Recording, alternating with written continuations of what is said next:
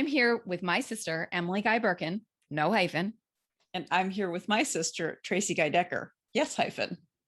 And together we do a show called Lightbringers, where we illuminate the deeper meaning of the crime-solving devil TV show. And yes, we're overthinking it. So I think today we're going to talk about the pilot episode of Lucifer. Starring Tom Ellis.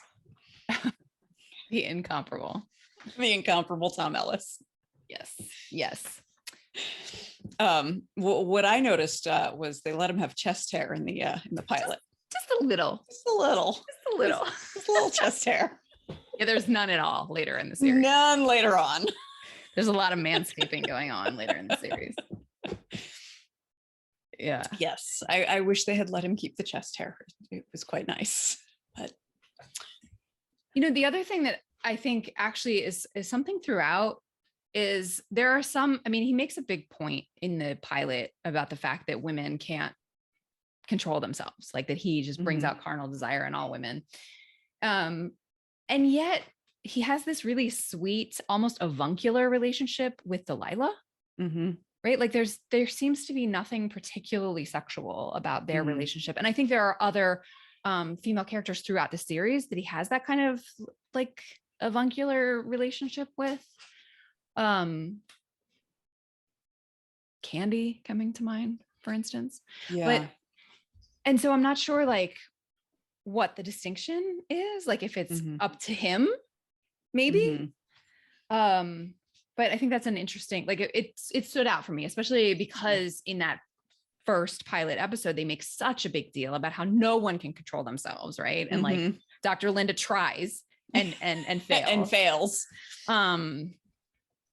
And that's why it's such a big deal that Chloe is immune to his charms, because no one is.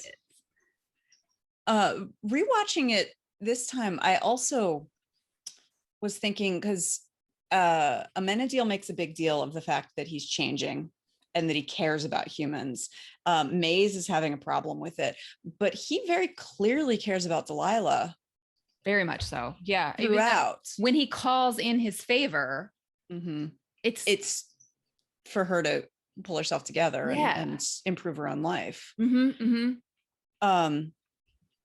So I had the assumption that they had slept together because and who knows what that meant, although like at some point, I can't remember if it's in this episode or he tells Linda, I'm walking heroin, you need to be careful. Yes, it's in the pilot. Yeah. He says it to Linda. Yeah, but just he kisses Delilah on the forehead. Yes. That's just so paternal, or I'm trying to not make it paternal. I like in my mind, I keep saying the word avuncular in my head, but yeah, there's something like decidedly unsexual about a kiss on the forehead. Yes. Yeah, that's true. And to the point about the heroin, like if they had slept together, like she clearly wasn't there for that reason. It is also, he's all about drawing out the desires, and Linda is very sexual. Like they make that clear throughout. And one of the things I really like about her is they make it clear that she's a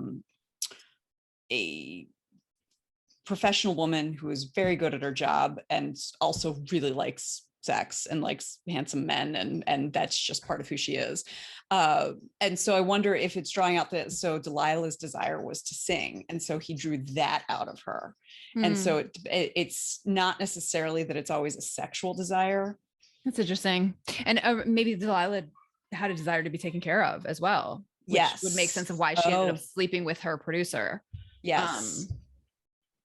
Yeah. And so that's interesting. Like, I wonder how much he is shaped by the other person's desire too. We get the impression that that they are shaped by him somehow, or that, he kind of focuses on the specific, like the forbidden desires.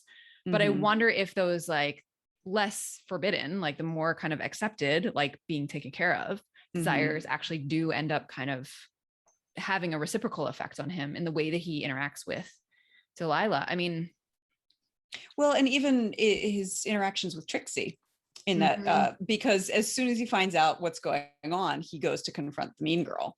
right. Which, and sorry, as an aside, like the special effects they did for his eyes in the pilot, they never do that again. And it was creepy. I I'm know glad they don't do that anymore. Yeah. Like that was like freaky creepy, like not just like red, it was like I don't know. It's like the aliens and Men in Black, like yeah, it was freaky. It was creepy. I'm like, yes, of course she screamed. yeah it wasn't just, I mean, like later they like glow red like from the pupil, but this was like a transformation that was just I'm glad they didn't do that anymore. yeah but yes, you're right he was shaped by Trixie's desire too, in his next action to go and confront the mean girl. So, and then that would kind of make sense why he doesn't generally, I mean, like, yes, he does. He is surrounded by women throwing their underwear at him and men, but it's not to the point where like he can't walk. Right. Well, and also there are relationships that he has that we see from the very beginning that are defined by things other than sex. Which is maybe also sort of the opening for the changes that Maze and Amenadiel are seeing, right? Like, well, and moving forward, like this is skipping ahead, but also thinking about with Linda, her desire changes. It goes from like the carnal desire for him to actually desiring being a good therapist to him and actually helping him and recognizing like, you know, my real desire is to help this man get better. Yeah. And so because there's never a relapse after that, there's never a point where you consistently see her for a little while going like, don't I know it? I'm like, yes, to him whenever he makes a sexual joke, and then after she makes the decision like, no, we're not doing that anymore, she's good. She's not ruined for other men. right.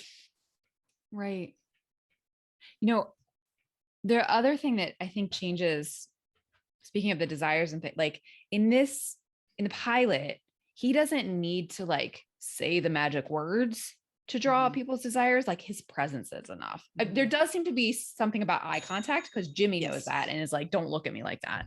Yes. But like with the cop, like he doesn't have to say to the cop, what do you want? He just goes, I know you want the money. Go ahead. Yeah. Right. Yeah. Like, and there's something about like just his, or even the bride, Jimmy's bride. Like he doesn't have to say to her, what do you want? He just like poses a question and then truth telling comes out. Now he does say the simpler the human, the easier it is, the more complex. And so maybe that's part of the equation. But I also think like for the showrunners, like I imagine that as you like get several episodes and seasons in, it's just easier to write if you have a cue for when that happens. Yeah.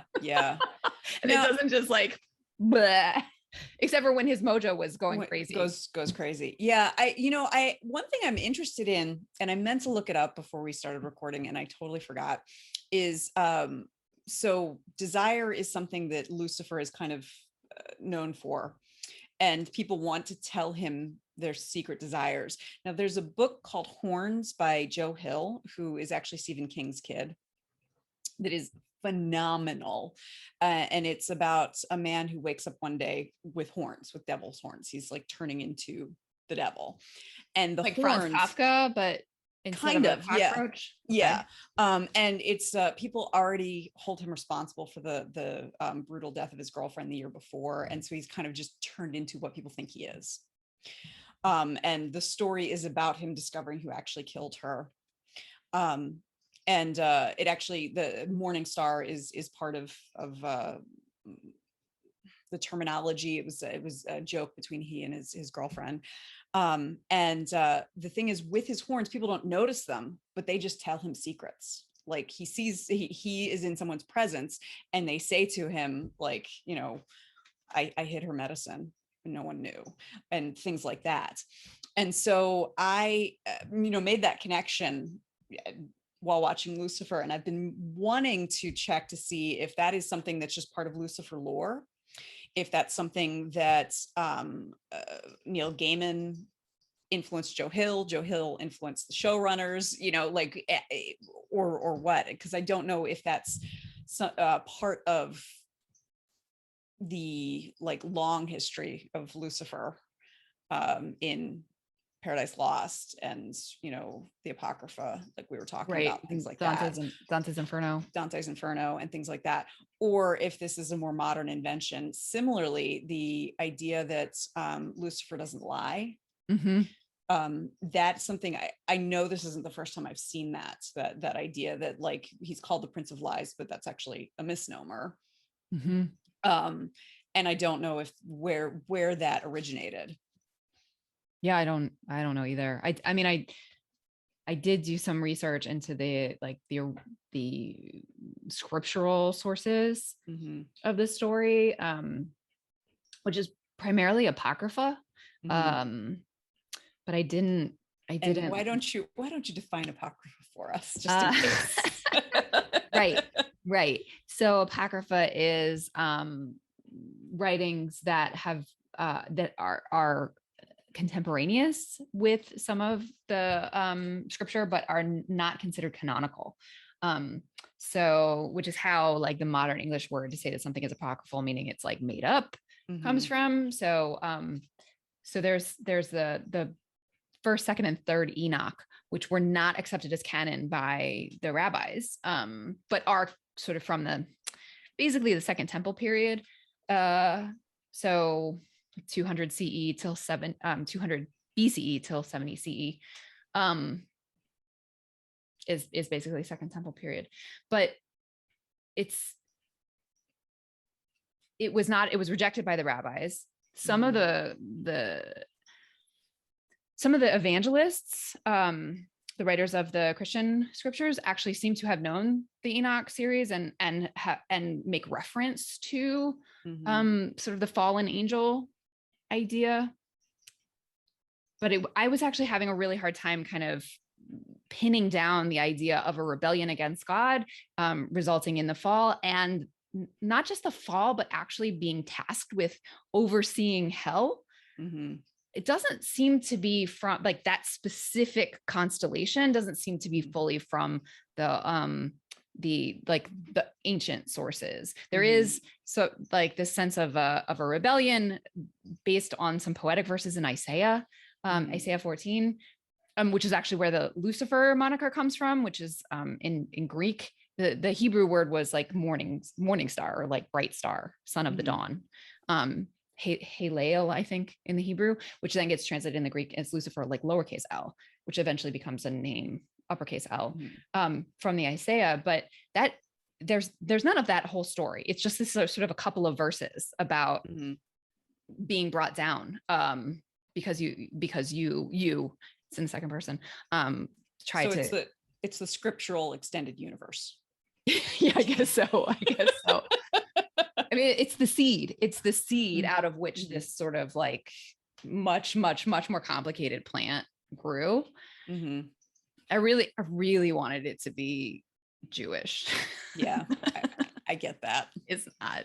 I know. It's really not. And in fact, the rabbis like explicitly rejected it. Yeah. We can claim the origin of the word Lucifer. Yeah, well, sort of, because it was when they translated Isaiah into Greek. So I don't know if we can. Yeah. But anyway, yeah, but so I actually want to do a little more research. I think I'm glad you pointed out this other example of the sort of desires and the not lying, because I'm curious to see sort of where the other scriptural sources, or not scriptural, but just cultural sources are. Yeah. Gaiman, Neil Gaiman, on whose piece the show is very loosely based, is really amazing at sort of pulling different cultural sources and like pulling them together into an alternative alternative version of the story. I mean, I think that's one of the things he does like brilliantly well. I think Well, he's just an thinking amazing this, storyteller. and then like Good Omens, which was Exactly. also Terry Pratchett. Although Pratchett, I feel like, not that Gaiman is not funny, he is funny, but Pratchett is the one who made Good Omens like rolling on the floor laughing funny. In my mind, Neil Gaiman is much more heartfelt and Yes. like he's like more interested in like profundity and heartfelt, you know, like I think about the Graveyard Book, which is his like riff on the Jungle Book, where it's a, Yes. you know, someone who's been raised by ghosts. And at the end, it's all about like being a parent and like sending your little one off into the world after you've done your job. Like that's what it's about, right? Like that's to me, that's Gaiman's MO, is much more about like really kind of understanding human nature and the way we interact with each other and how we grow or don't, much more than the funny. Like Pratchett is known for the humorous aspect of his science fiction and although fantasy. Pratchett is, I consider him to be in the vein of like the satirists like Jon Stewart and Seth Meyers and Stephen Colbert, and Douglas Adams, in that he is pointing out the absurdities and making bigger points while being funny. And that's a very specific skill. So, and that's something to tie back to the show. That is not exactly like, because the show is extremely funny. It's one of the things that really I love about it. It's so funny, but the humor is not in service of the bigger points necessarily. The humor is just part of like the absurdity of life, and then life with celestials, and you know, just being a millennia-year-old charming bastard and stuff like that. And so, and that's not a knock on it in any way. It's just that it's a different thing from the kind of humor that you got from Good Omens, which this reminds me of quite a bit, for good reason. Yeah. I mean, one of the things that, well, one of the through lines is the Archangel Michael being a total dick. That's like that is a through line for Gaiman, is that the Archangel Michael is just an asshole. A dick. Like, I don't know about like being true to other sources, but that piece at least is true to Gaiman. Gaiman's understanding, which I appreciate. That is so something that we'll get into more throughout as we talk about episodes, but something that they lay the seeds for in this episode is and the reason why, what made me think of it is when I read a couple of issues of Gaiman's Lucifer, I just had trouble getting into it, and I didn't feel like there were, and this is one of the things that I struggle with a little bit with Gaiman, is that he doesn't necessarily always have well fleshed out female characters. Like he does some. I'm gonna like I know Death in Sandman series is great, but it'll be like he's got a couple, and something that I love about the show is that there are so many well fleshed out and strong female characters who are strong in different ways.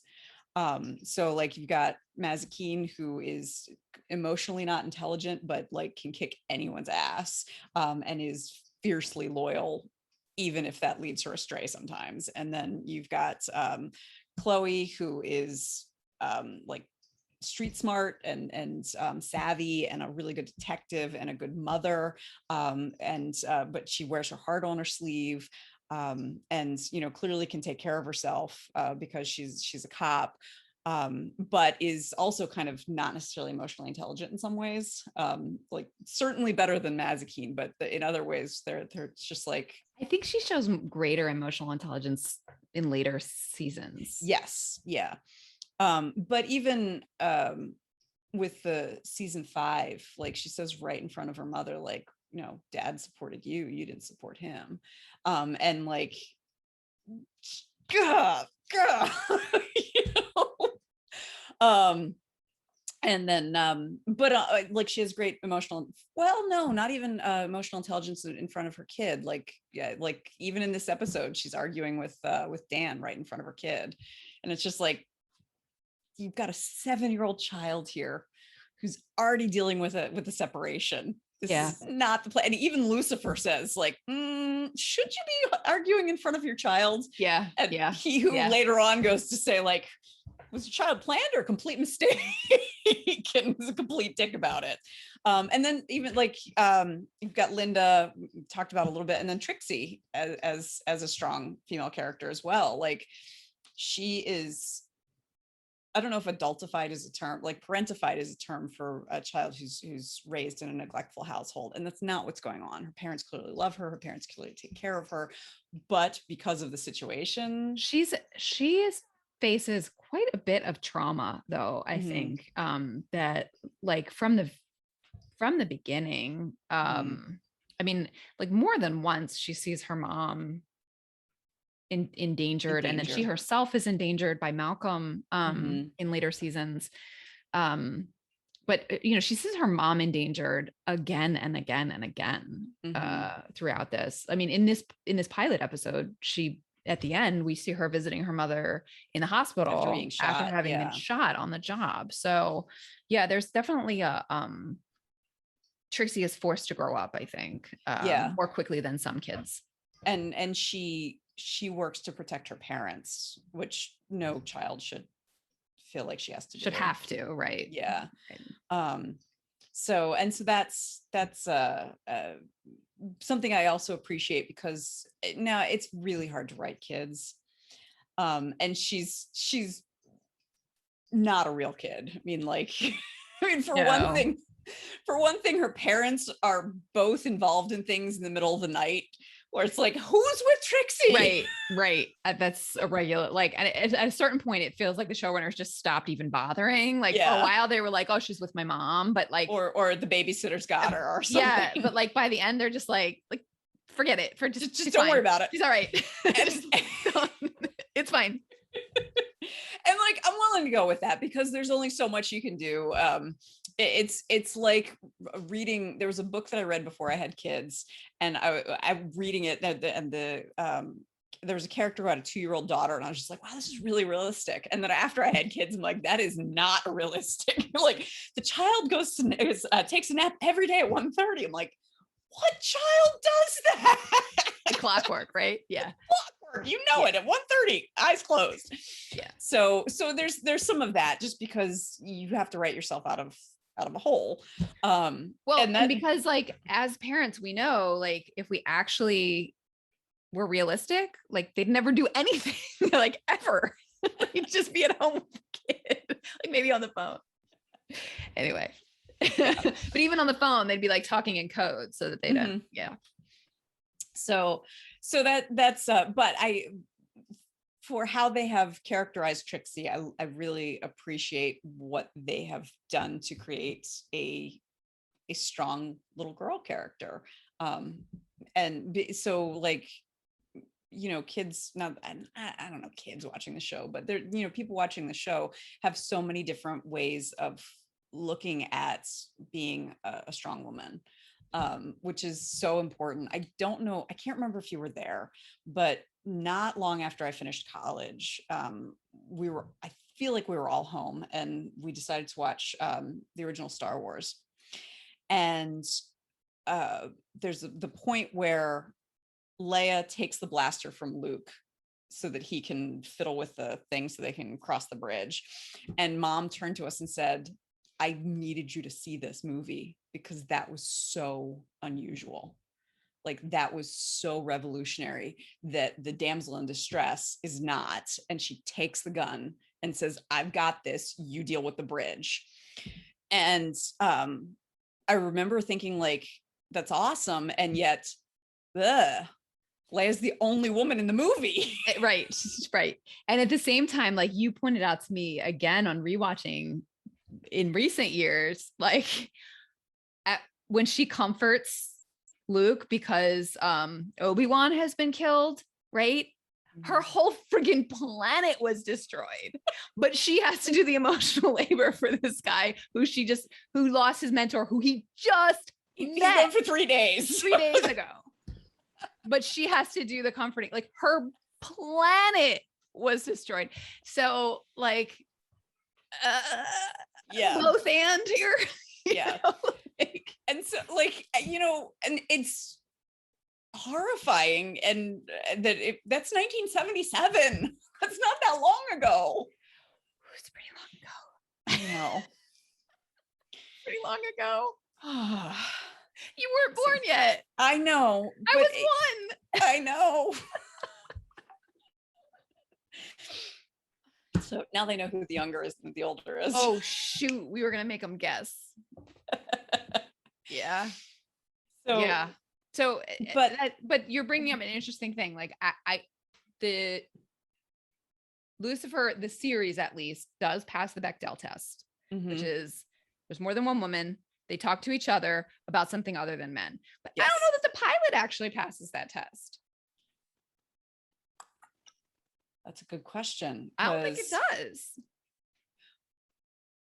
Chloe and Linda are talking to each other in that one. That's scene. True. And they're not talking about men. They're talking about they're talking about Delilah. Yeah. And Trixie and Chloe. And Chloe have a conversation. Yeah.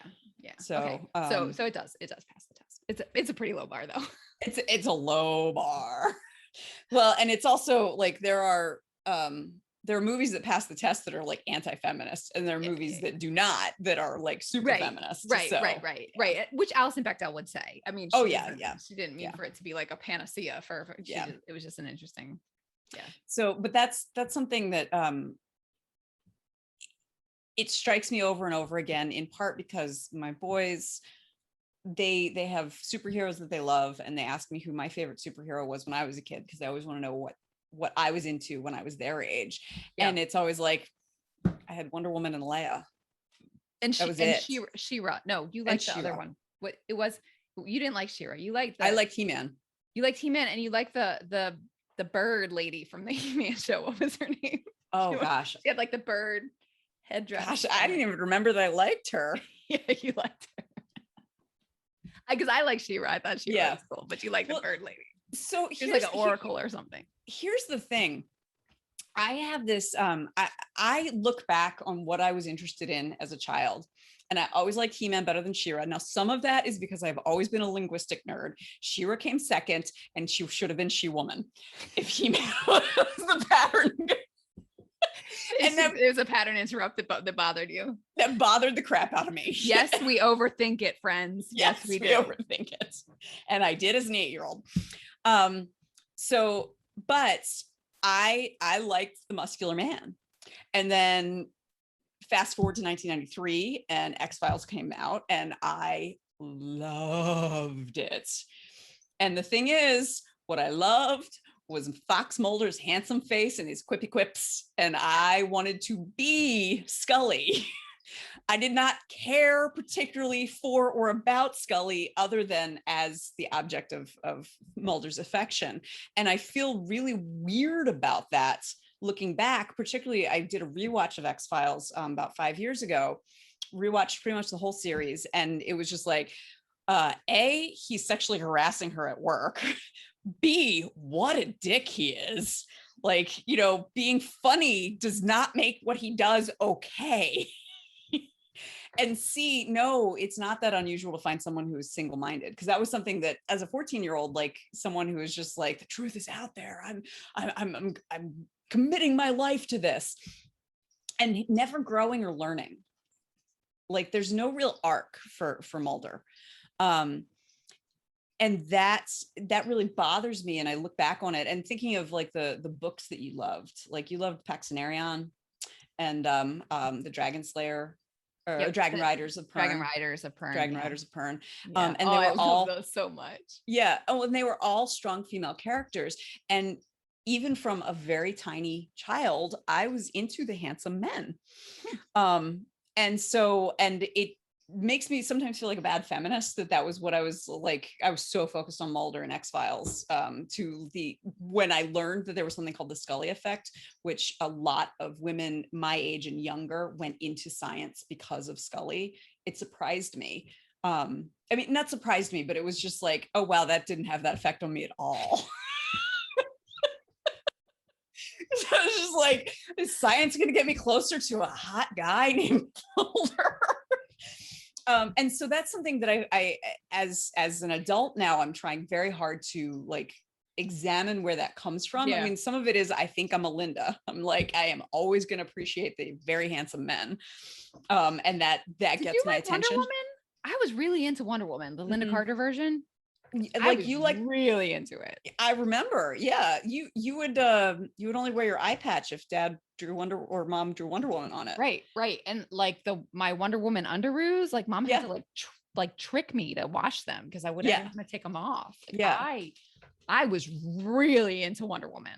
Yeah. But, like I wanted to be Wonder Woman. Like I wanted to spin around and like transform. And that is where like some of my like my feminist guilt comes from. Like I always was like, as I realized yourself to me.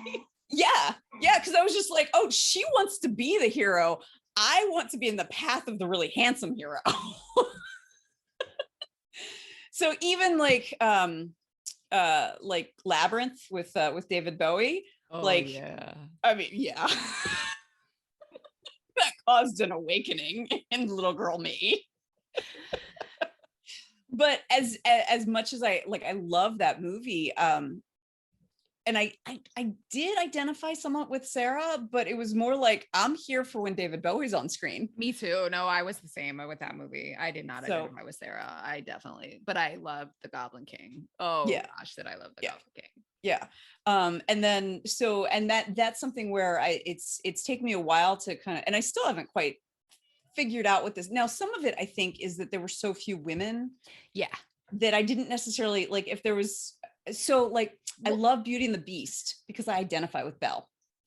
Like I get that feeling of being bookish, and a little awkward around other people, and then also being uncomfortable with people looking at me looks wise and not who I am. So like identify, and so I wonder if there had been more things where like if X-Files were an ensemble and there were multiple women in it, if I would have found one that I identified with. Although I think I would always have been distracted by David Duchovny. It's really interesting though, because like I was really into Wonder Woman, but like I didn't have a whole lot of choices, right? Like, you got Batman, and you got Superman, and you got the Flash, and you got Green Lantern, and you got like you could go on and on and on and on with male superheroes that one could identify with. And you got Wonder Woman. Yeah, like that's it. Because I mean, even the like Supergirl or Batgirl were just like clearly like She-Ra. They were like not real. Because first of all, they should have been Batwoman and Superwoman. Yeah, we're gonna follow the pattern. Yeah. It's not Batboy. But yeah, that's something different. But yeah, it's I don't know. It's an interesting phenomenon to kind of like unpack. And that's something that like I just remember, so then watching like the modern superhero movies. So I'm particularly thinking of Black Panther, which is still like a male-led superhero movie, but there are so many strong women. Yeah. And they're strong in so many different ways. Like I love that about that movie. Yes. I love that about them. And they actually end up taking completely divergent paths, but with such clear and unimpeachable reasoning. Yes. And they still love one another, right? Yes. Like, even though they make such divergent choices and like holding that both and in that movie. Yeah, that's something that I, bringing back to Lucifer, I really appreciate about how Lucifer is portraying women. So like, I think I do in some ways identify with Linda in that like they make it very clear that she is just like, I'm all about the hot guy. And there's me in that. And I really appreciate that. I the way that Maze is like lost emotionally sometimes. And not knowing how to deal with her really big emotions is something that I can identify with. And so, and I think just part of my makeup is that I'm always going to be distracted by a pretty face. And you know, that's something like, I don't think that makes me a bad feminist, although there was a time in my 20s where I was just like, I think I'm a bad feminist. And then that also, like, one of the things that like Lucifer has that, and so I can just be like, I'm a good feminist because there's so many women in here. But anyway, it's really interesting how it all works, and I think some of it has to do with I'm not going to remember how to pronounce her last name, but Ildi Moldovich, who is one of the showrunners. Yeah, she's one of the primary runners. Yeah. Yeah. And so, like, I think it's pretty clear that they have that this is they have a woman at the helm. Yeah. I think that's a good point. That's a good point. Because that's a big, I mean, like Chris Carter, who I like, really made fantastic television with the X-Files, and had an incredible story and told it well, still had a real problem. Like there were, the first woman to direct an episode was Gillian Anderson in the 7th season, after David Duchovny had directed like 3. Yeah. And she was just like, hey, can I get in on this, please? Hello. Yeah. And her episode is really fascinating and a big departure. And like, that could have been like, there's so many missed opportunities because of that. Yeah. I have to wrap us up. Okay. I have another obligation, but it's been fun overthinking Lucifer with you. Yes, I love overthinking things. See you in 2 weeks, sis. See you in 2 weeks.